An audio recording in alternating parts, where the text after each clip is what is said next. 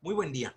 A nombre del 23º Ayuntamiento de Tijuana y a través del Instituto Municipal de Arte y Cultura, del Instituto de Investigaciones Históricas de la Universidad Autónoma de Baja California, la Sociedad de Historia de Tijuana, el Seminario de Cultura de Tijuana y el Seminario Mexicano de Geografía y Estadística, y por supuesto a nombre del Archivo Histórico de Tijuana, les damos a todos ustedes la más cordial de las bienvenidas a este 13º Simposio de Historia de Tijuana, hoy bajo modalidad virtual, y celebrado a propósito del 19º aniversario de este mismo archivo. Hoy toca turno de compartir ponencia con nosotros a Arturo Fierros Hernández. Arturo Fierros es historiador e investigador. Es tijuanense, ha publicado en diferentes revistas, contribuyendo así a la investigación sobre la historia de la medicina y de la salud pública. Entre sus artículos destacan Tras las huellas de la medicina moderna en México, Concepto e historia de la salud pública en México, siglos XVIII al siglo XX, el contexto histórico de las prácticas sanitarias y las enfermedades en las Californias durante el siglo XIX y los inicios de la salud pública en la franja fronteriza, el Distrito Norte de la Baja California, California. Además cuenta con un libro publicado titulado Historia de la Salud Pública en el Distrito Norte de la Baja California, 1888-1923, y actualmente tiene en prensa en la revista Secuencia un artículo titulado Una lucha interminable, la tuberculosis en Baja California, México, durante el siglo XX. Arturo, de nueva cuenta, bienvenido tanto al Simposio de Historia como al Archivo Histórico de Tijuana, al menos en la plataforma virtual, esta modalidad virtual provocada por el COVID o la COVID-19. Vaya, me da mucho gusto tenerte entre los ponentes. Eres un especialista en la historia de la medicina y la salud pública. De hecho, eres quien abrió el campo del tema aquí en la región. Así es de que pues estamos muy contentos y muy honrados de tenerte con nosotros. Y pues sin más, Arturo, te cedemos la palabra. El tiempo es tuyo y pues adelante. Bienvenido. Gracias. Muchas gracias, Josué, doctor Josué, por la invitación y por, bueno, por la aceptación de la ponencia y por abrirnos el espacio acá, como siempre, tan amable. Voy a presentar un PowerPoint, un segundito, estamos aquí trabajando en eso. A ver.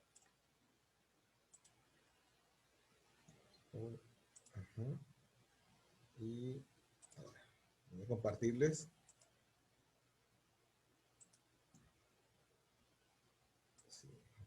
Así.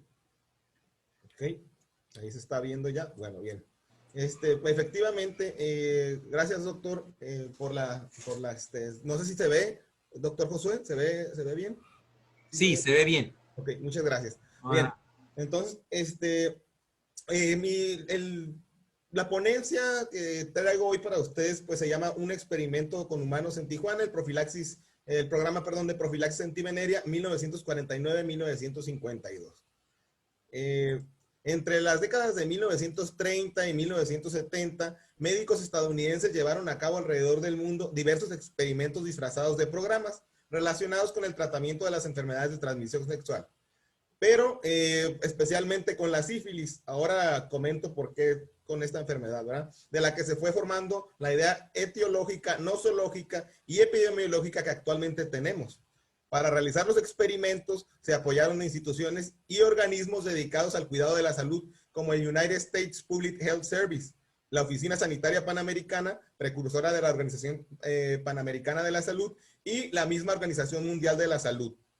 En muchos de estos programas, y lo entrecomillo, los médicos actuaron de forma antiética y violaron los derechos de los sujetos de prueba.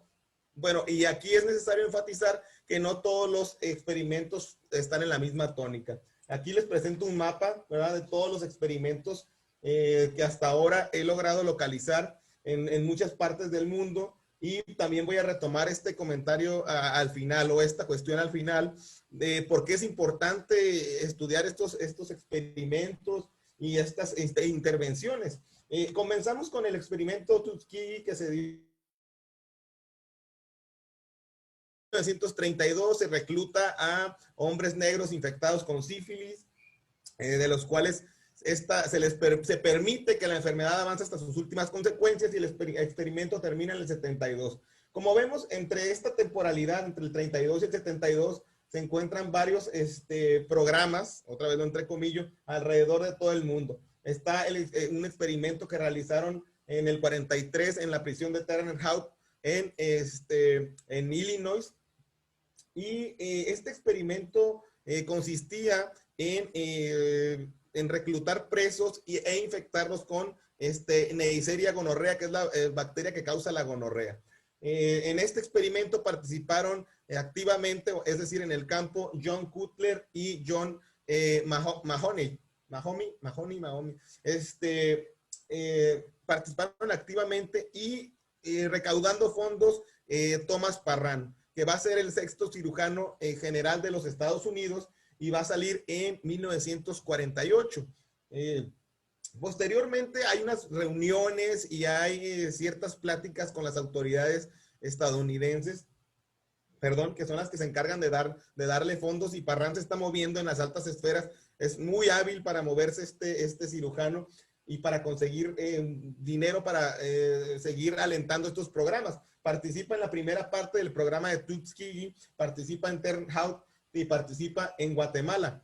Como nos menciona la historiadora Susan Riverby, que se ha encargado de estudiar precisamente lo concerniente, a Tuskegee y a Guatemala, el Departamento de Salud Pública de los Estados Unidos se va a mover más allá de las fronteras, ¿verdad? Después de estas pláticas que tienen para ver qué cuestiones antiéticas se están desarrollando, porque en la prisión sí se les informa a los presos ciertas cuestiones, pero se suavizan, como lo demuestra un documento sacado a la luz por una comisión formada en 2011 por el presidente Barack Obama para investigar precisamente todas estas atrocidades que cometieron los médicos estadounidenses. Van a Guatemala del 46 al 48, viaja Cutler y ahí lo espera Espoto, un médico de apellido Espoto, lo espera en Guatemala y él está investigando, y vamos a retomar un poquito más de este médico adelante. Está investigando sobre algunas cuestiones que tienen que ver con las enfermedades, con las mal llamadas enfermedades tropicales, también como nos comenta Sandra Caponi, y tiene una discusión sobre por qué no se deben de considerar enfermedades tropicales. Entonces viaja a Guatemala y ya está ahí Espoto, pero también tenían otro contacto, un médico guatemalteco llamado Juan Funes, que se lo habían llevado a estudiar a Hot Springs, donde tienen un centro especializado en enfermedades de transmisión sexual. Entonces, cuando llega Cutler ahí, Espoto y Funes se encargan de contactarlo, ¿verdad? De contactarlo con autoridades, principalmente Espoto. Funes le dan un buen puesto ahí, como es el encargado de la vigilancia epidemiológica. ¿Y qué hacen en Guatemala? Pues en Guatemala inoculan directa e indirectamente a personas con bacterias para que causan chancro blando, me parece, sífilis y gonorrea.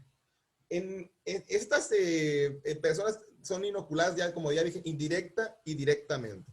Indirectamente por el contacto sexual con prostitutas y directamente ellos haciendo incisiones e introduciendo las bacterias causantes de estas enfermedades. Van moviéndose alrededor de todo el mundo, ¿verdad? Llegan a la frontera México-estadounidense, que vamos a retomar un poco más, voy a tocarles el tema más adelante. Llegan a Ecuador, a Venezuela, a Haití, que no están estudiados esos programas a profundidad, y se sabe que Cutler estuvo en Haití.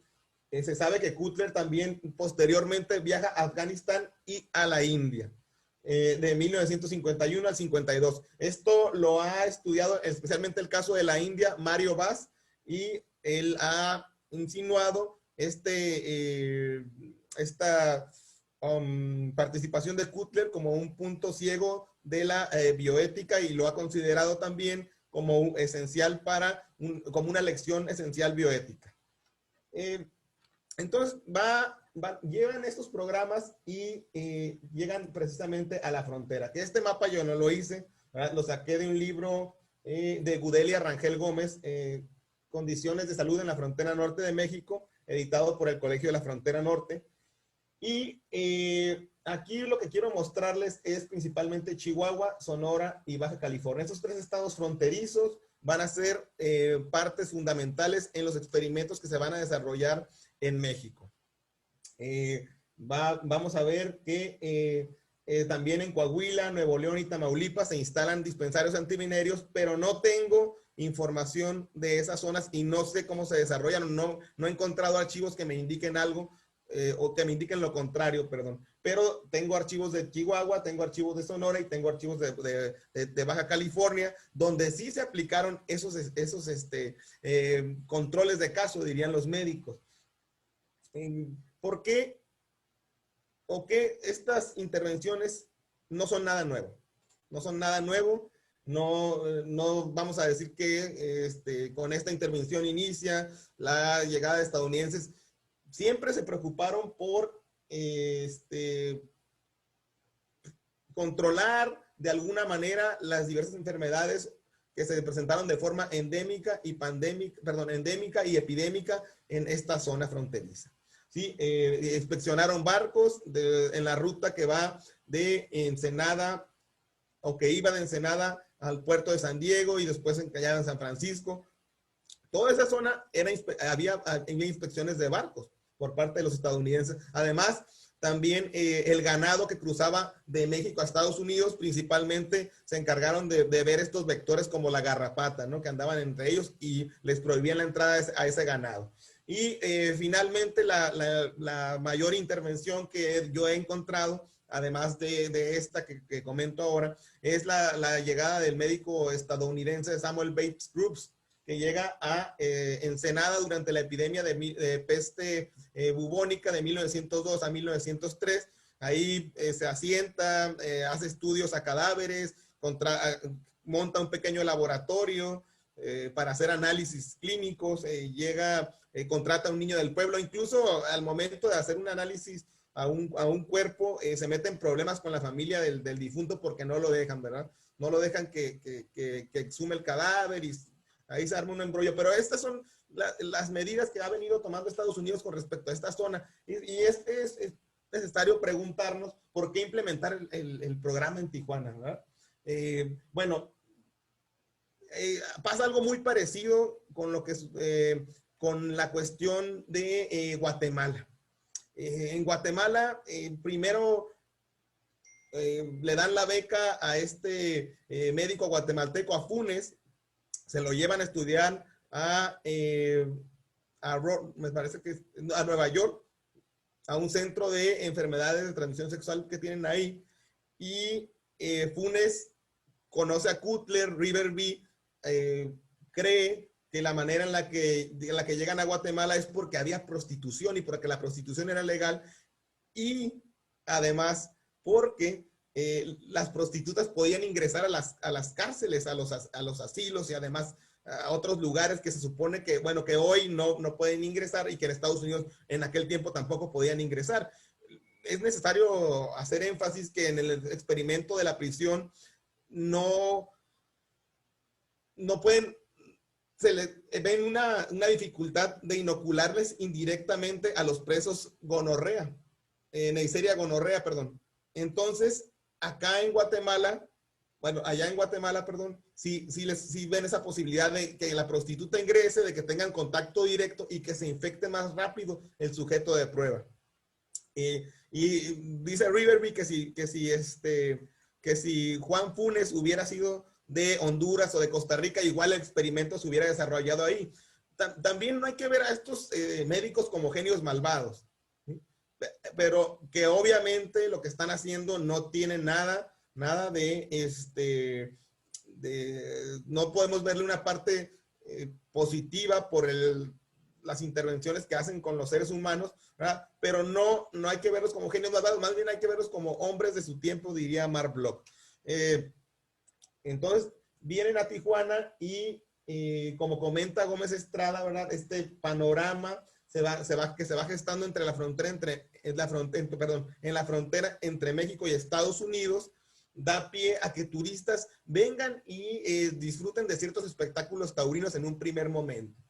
Posteriormente, con la implementación de la ley Bolses durante el año de 1920, se genera un contacto más prolongado de los turistas que vienen en busca de bebidas alcohólicas, bueno, de la ingesta de bebidas alcohólicas, los juegos de azar y los servicios sexuales. Con la instalación de la base naval en San Diego, en 1922, vuelve a haber un pico de turismo, pero ahora de soldados, que acudían pues a contratar prostitutas y a embriagarse. Pues esto se nota, ¿verdad? Porque en San Diego se llevaron a cabo campañas de restricción para la prostitución. Incluso como pues, podemos observar aquí en la lámina, perdón, como podemos observar en la lámina, los mandos navales se quejaban de que las mujeres que llegaban no estaban bajo ninguna supervisión médica. Rondaban las calles, los cafés, las cervecerías. Los informes indican que el riesgo de contraer una infección con ellas era 7 veces mayor que con las prostitutas profesionales. Entonces, ¿qué les quedaba a los marinos? ¿Qué les quedaba más que venir a Tijuana? ¿Sí? Más que venir a Tijuana a buscar esto que en su país pues no encontraban. Entonces, si de por sí allá prohibieron la prostitución, llegaban chicas de otros estados a buscarlos, ¿verdad? Llegaban chicas de otros estados a buscarlos. Había ciertas o muchas medidas que generaban que el marino llegara aquí o que los soldados llegaran aquí. Y entre 1936, también como dice José Alfredo Gómez Estrada, y 1940, hubo un cambio notable en el tipo de servicios turísticos que se brindaron en Tijuana. Con la llegada masiva de contingentes de las Fuerzas Armadas acantonados de las ciudades californianas, ¿sí?, que llegaban acá, su arribo incrementó la demanda de servicios sexuales y provocó el aumento de la prostitución. Entonces se modificó el perfil del turista de sexo masculino acá, que llegaba aquí a Tijuana, a todos estos espacios de diversión, ¿verdad? O de placeres arriesgados, como lo diría Michael Eric Shantz. Entonces, en 1942, en todo lo que está pasando este contexto, empiezan a crecer preocupaciones por parte de las autoridades estadounidenses. En 1941, Joseph S. Spoto, subjefe de la División de Enfermedades Venéreas de la Organización Sanitaria Panamericana, inició gestiones ante los gobiernos de México y Estados Unidos para llevar a cabo un programa antivenéreo simultáneo coordinado en ambos lados de la frontera. En este primer momento, lo que van a buscar es restringir la prostitución, pero no se va a estar dando. Inclusive los que empiezan a dar fondos son el Instituto de Asuntos Interamericanos, ¿verdad?, y la Fundación Kellogg's, que también estuvo en Guatemala apoyando los experimentos en los que participa Cutler y Funes. Y Spoto es uno de los operadores más activos del United States Public Health Service. En todo América Latina, él anda promoviendo campañas. Por eso vamos a ver que la fundación, que los cereales Kellogg's van a tener un gran éxito en América Latina, y los van a anunciar como llenos de nutrientes y minerales. Es una manera de pagar el favor de los Estados Unidos o de los patrocinios que le dieron a los diferentes programas de los Estados Unidos, a través de darles promoción y publicidad y avalarlos, ¿no? Porque ahí después los avalan como un alimento rico en nutrientes. Y en el 42, Spoto se encargó de realizar un enlace, ya viene operando, y se contacta con Víctor Fernández Manero, que es el jefe del Departamento de Salubridad Pública de la República Mexicana. Y incluso llega a conseguir por parte de Manuel Ávila Camacho una carta donde indica a todos los gobernadores de los estados y territorios generar una campaña de represión contra la prostitución en sus respectivas jurisdicciones, que obviamente no pasa, no sucede. Entonces, Spoto ya está aquí maniobrando, ya está aquí operando, ya está generando lazos. No digo que todos los que menciono, por ejemplo, Ávila Camacho, ni siquiera creo que estaba o que sabía lo que hacía. Y de igual manera, Fernández Manero, no. Vamos a ver que hay gente más allegada que sí sabían de este tipo de experimentos.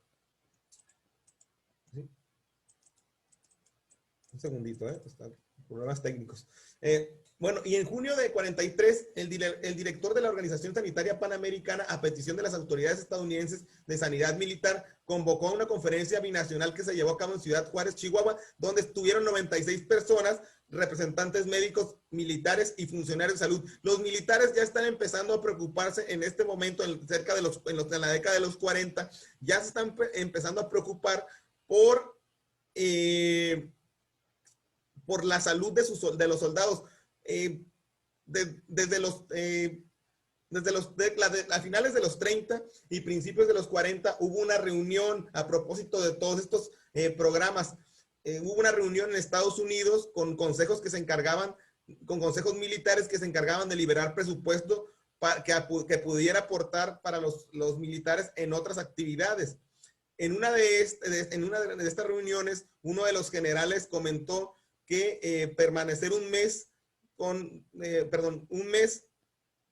de enfermedad para un soldado era perder todo un batallón, el personal de un buque de guerra. Entonces, tiene gran importancia las enfermedades de transmisión sexual para el gobierno, el gobierno de Estados Unidos y especialmente para su ejército, porque les imposibilita o inhabilita, ¿verdad? Inhabilita a los soldados por bastante tiempo, porque los tratamientos eran largos. Orbus Maparsen, me acuerdo que se llama uno que también están probando aquí, que lo toman como profiláctico, es decir, que previene la infección. Entonces, vienen aquí, se reúnen en Ciudad Juárez y como comenta un artículo de la época, el motivo inmediato de la fundación de la Asociación Fronteriza Mexicana Estadounidense obedeció a la necesidad de controlar enfermedades venéreas en las cercanías de las concentraciones militares de Estados Unidos.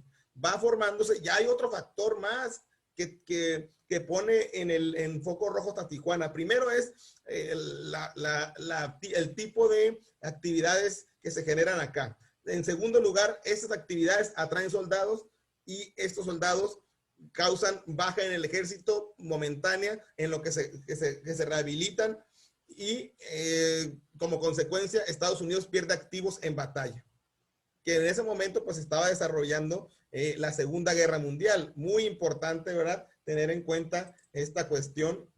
Y como nos comenta Marc Bringas y Gaxiola, derivado de la Segunda Guerra Mundial, el turismo experimentó un repunte en Tijuana, pues empezaron las visitas de miles de marines provenientes de las bases militares de San Diego. Va habiendo picos de turismo, cada vez va aumentando más, va teniendo porque la ciudad va creciendo, pero también van creciendo las concentraciones urbanas aledañas a Tijuana, y no nada más del lado baja californiano, sino también del lado estadounidense. Marcos Cueto ahí hace una observación muy interesante y nos dice que la Asociación Fronteriza Mexicana Estadounidense de Salubridad, que es la que se fundó en esta reunión que les comentaba, tuvo una mayor fuerza o mayor influencia en la zona fronteriza a partir de la Segunda Guerra Mundial, implementando campañas que incluían el tratamiento de tuberculosis y de enfermedades venéreas que se consideraban típicas en los soldados que acudían a los burdeles mexicanos. Entonces interviene con mayor fuerza también la Organización Panamericana de la Salud, que es la que está controlando a esta Asociación Fronteriza Mexicana Estadounidense. Perdón, vamos atrás.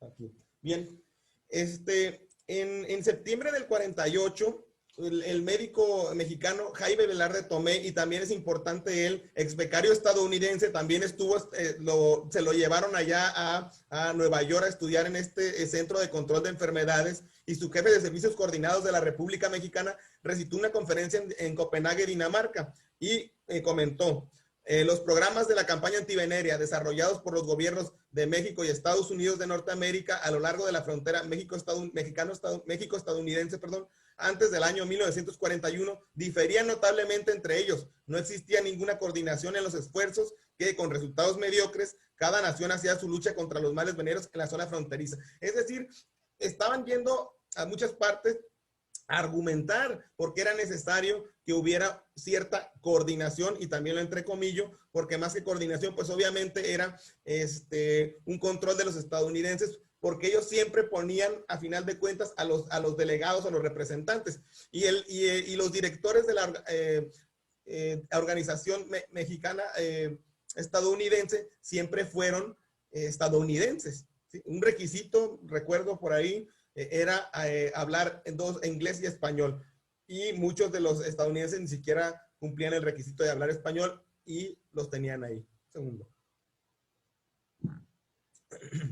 Entonces, los estadounidenses también empiezan a traer fondos para instalar la unidad de salubridad en Tijuana, que es la que estaba enfrente de bomberos, que ya no está, en la calle 8, 9 me parece. Y a esta inauguración viene el doctor Jaime Velarde Tomé. ¿Casualidad? Pues pienses así. Pero en este momento ya lo que está pasando es que Tomás Parrán ya no está como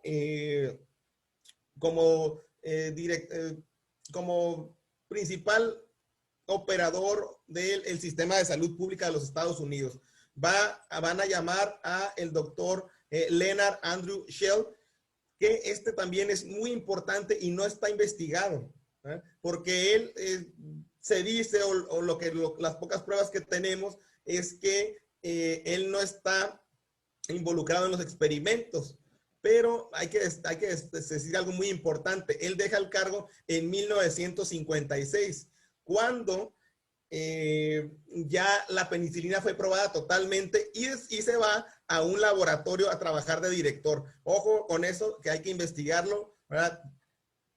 No tengo tanto tiempo ni fondos suficientes para hacerlo, pero ahí dejo un tema abierto para que alguien investigue a Shell. Bueno, entonces vienen e inauguran esta unidad y van dando pie a este nuevo programa, y lo entrecomillo de nuevo, ¿verdad? Entonces, esta es una foto del contexto tijuanense, perdón, que nos hizo muy amablemente el favor el doctor Josué de pasárnosla, y vemos aquí cómo se va urbanizando la ciudad y cómo dentro de la mancha urbana es donde se va a llevar a cabo estos experimentos. Y aquí tenemos una de la inauguración de la unidad de salubridad y asistencia que estaba en la calle 8. Por aquí está Tomé, todavía no logro identificar a los personajes de esta fotografía, pero en cuanto lo haga, pues quizá saldrá ahí ya en la investigación escrita, ¿no? Es importante también hacer mención de que el programa que se desarrolló en Tijuana tuvo antecedentes un poco más amplios de lo que se pudiera pensar, porque como ya vimos, ellos empezaban a operar desde tiempo antes, ¿no? Desde tiempo antes, y Tome estaba también acá ya haciendo conexiones, que estaba Tome bajo el mando de Joseph Espoto. De hecho, él fue uno de sus mentores allá cuando estuvo estudiando en Estados Unidos. Se contactan con Agustín Arias Villegas, jefe de la unidad sanitaria de Tijuana, que Arias Villegas, ¿verdad? Vamos a la siguiente lámina.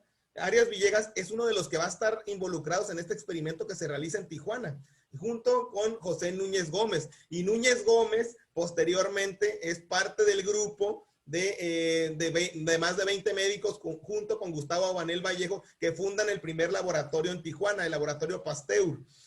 Casualidad que estuvo involucrado y que fue jefe encargado de tomar las muestras a los sujetos de prueba, pues también ahí lo dejo abierto, porque estoy aún viendo ciertas pruebas, investigando ciertas cuestiones. ¿Qué estaban haciendo aquí en Tijuana? Perdón. ¿Por qué el programa que se desarrolló en Tijuana es un experimento? Pues se realizó un experimento de una nueva variante, de una droga de la que poco se sabía en ese momento, y ya hay investigaciones de qué tipos de penicilina no se habían probado, ¿verdad? Ya que si bien de la penicilina actuaba contra ciertas bacterias, aún quedaban dudas de muchos otros aspectos. Los investigadores querían saber su eficacia a partir de la dosificación y en combinación con otras sustancias, no solo en el laboratorio, sino en grandes grupos de personas con enfermedades de transmisión sexual en diversos ambientes sociales. He ahí la experimentación o la causa de la experimentación. Durante el programa se administraron inyecciones de 300,000 unidades de penicilina G-procaína con un estearato de aluminio al 2% de microcristales. Esta combinación no se había probado nunca antes. Y nos lo hace saber un artículo de un militar estadounidense que tampoco no he logrado encontrar registro en lo que he revisado de la base naval de San Diego. No he logrado encontrar registro en los archivos de la Panamericana de la Salud. No he logrado encontrarlo, pero él muy claramente nos dice, la idea de emplear un antibiótico de esta manera en la profilaxis de las enfermedades venéreas no es nueva, pero en esta ocasión se emplea por primera vez a gran escala y se está haciendo un esfuerzo para evaluar su efectividad, subrayo efectividad, como se nota acá.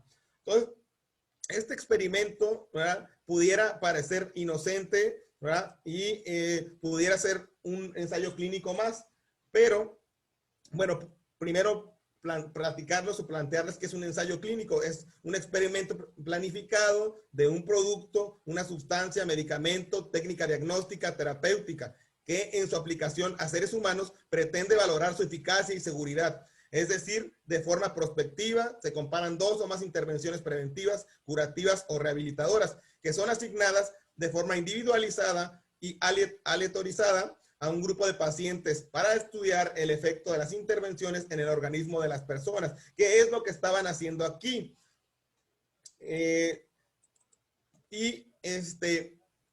Como demuestran otras investigaciones, ¿verdad?, la penicilina no estaba al 100% probada, como ya lo comenté. Aquí traigo unos ejemplos de lo que descubre la Comisión Obama, la que ya les comentaba, formada en el 2011, éticamente imposible, investigación sobre las enfermedades de transmisión sexual en Guatemala desde el 46 hasta el 48, así titula el documento. Y aquí encontramos que los investigadores pues encuentran reacciones adversas al tratamiento de la penicilina con un sujeto que muere, y en un tratamiento que le hacen a 5 mujeres con penicilina, también otra muere más tarde después de inyectar la penicilina. Quizá una reacción alérgica, quizá complicaciones con otras afecciones que tenía, pero a fin de cuentas, y lo recalco o lo comento de nuevo, estaban experimentando. Vemos en la siguiente lámina otro artículo que sale en ese momento, donde también se comenta que la penicilina tiene ciertos efectos adversos, y más la PAM, que es la que estaban utilizando aquí en Tijuana. Y aquí nos comenta que algunos pacientes o experimentados entraron en shock anafiláctico, que lo que no ocurría con la G-benzatínica, que estaban comparando ahí dos penicilinas en este artículo. Entonces, es muy importante tener en cuenta, no solo dejarnos llevar por la sustancia primordial de la inyección, que es la penicilina, sino también los componentes que lleva esta y cuál es el tipo de dosificación que va. Eso también está ahí, y lo dejo también, ojo con lo que viene. Porque inclusive todavía en el 54 sale este artículo donde comentan los estudios preliminares en el hombre y las pruebas experimentales obtenidas en los estudios realizados en conejos indicaban, como cabía esperar, que podía aumentarse el índice de curaciones con el empleo de 600,000 unidades. Ojo, aquí están hablando de otra penicilina. Basados en esta información, decidimos utilizar la dosis mayor en el tratamiento en masa del plan, ¿verdad? Quiere decirnos que están todavía en los 50 experimentando con penicilina. No sé, que les digo, en el 56 es cuando ya se demuestra bien todo esto, empiezan a inyectar. ¿Y qué pasa aquí en Tijuana? Bueno, o por qué es importante tener en cuenta este programa. Pues bueno, acabo de encontrarme en las historias del Facebook del History Channel esta interesante nota. Dice que en 2019 murieron 35,000 personas por enfermedades, por bacterias resistentes a los antibióticos. Y que la OMS calcula que para el 2050 morirán cerca de 10 millones. ¿A qué nos lleva esto a pensar? Pues bueno, este programa que se desarrolló en Tijuana y muchos que se desarrollaron en otras partes del mundo que están por ser estudiados, los sujetos de prueba no los tenían bien controlados. Por ejemplo, en el de Tijuana, venía, lo inyectaban con penicilina el sujeto y se iba de nuevo, se embriagaba, tenía relaciones con prostitutas. La mayoría de personas se les fue y no los inyectaron, no les dieron seguimiento. ¿Qué genera esto? Pues obviamente es un factor que tiene preponderancia en la evolución de las bacterias a ser resistentes a los antibióticos. Por eso, hoy más que nunca, es importante estudiar este programa y otros que se desarrollaron en otras partes del mundo. Yo ya lo he denunciado públicamente con el subsecretario de Salud, Hugo López-Gatell, y he tenido nula respuesta. Lo he denunciado también con comités de bioética de México, pero también he tenido nula respuesta. Y parece ser que a México o en general a los mexicanos esto nos viene de poco porque no le tomamos tanta importancia y lo tomamos como común, que de hecho amigos médicos me comentan, no, pues es que es muy común que se hagan este tipo de estudios y bla, bla, bla. Entonces, bueno, aquí lo dejo yo. Creo que es todo lo que tenía que decirles hoy y espero que pueda servir de reflexión hoy por la prueba que vayan a hacernos de la vacuna contra el COVID. Hoy más que nunca, esto y la resistencia bacteriana, creo que estos temas deben de ser tomados muy en serio. Gracias, doctor Josué. No, Arturo, gracias a ti, muy interesante, por supuesto, y vaya, pues como se dice coloquialmente, el horno no está para bollos, ¿no? Sobre todo ahorita en este contexto de pandemia, que bueno, ahorita ya fue redefinida como epidemia. Vaya, la enfermedad llegó para quedarse. Sin embargo, pues hay que tomar en cuenta cómo en el pasado han sido atendidas ciertas situaciones sanitarias como la que aquí presentas, pero incluso como la que ya habías presentado también a través de las plataformas del Archivo Histórico de Tijuana. Siempre es bueno aprender a través de los ejemplos de la historia, porque vaya, el pasado para eso es, ¿no? Para que nos permita reflexionar sobre lo que está sucediendo en nuestro presente, porque a final de cuentas el investigador, la investigadora, las preguntas que se hacen desde su realidad, nuestra realidad hoy pues es en una emergencia de salud. No atino a decir si sanitario o de salud, me parece que es más bien de salud. Tú ya lo dirás de mejor manera. Y vaya, pues siempre hay que saber, hay que estar enterados cómo en el pasado se afrontaron esos retos. Así es de que, Arturo, pues muchas gracias por tu participación.